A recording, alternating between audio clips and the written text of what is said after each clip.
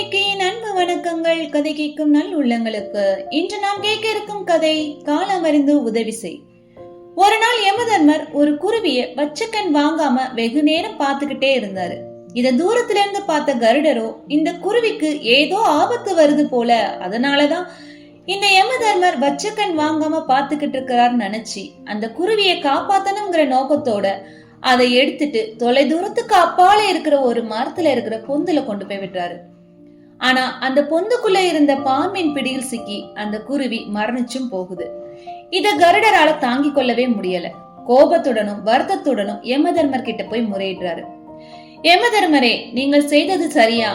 நான் அந்த குருவியை வெகு தொலைவுக்கு அப்பால கொண்டு போய் விட்டாலும் நீங்க ஏன் அந்த குருவியின் உயிரை பறிச்சீங்கன்னு கேக்குறாரு. இத கேட்ட யமதர்மர் சொல்றாரு, நான் அந்த குருவியின் உயிர் பறி போகணும்னு நினைச்சு அதை பார்க்கல. இப்போ இங்க சின்ன தூரத்துல பறந்துட்டு இருக்கிற இந்த குருவி எப்படி இன்னும் சில நிமிடங்கள தொலை தூரத்துக்கு அப்பால் உள்ள ஒரு பாம்பின் பிடியில் சிக்கி மரணிக்கும்னு யோசிச்சுட்டு இருந்தேன்.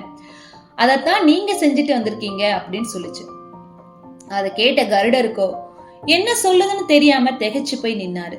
இதுல கருடர் செஞ்சது உதவிதான், ஆனா அவர் செய்த காலம்தான் தப்பா இருக்குது. அந்த குருவியை காப்பாற்றணும்ங்கிற நோக்கம் சரிதான், ஆனா அவர் கொண்டு போய்விட்ட இடம்தான் தப்பு. ஒரு கதையுடன் கதைக்கலாம். நன்றி.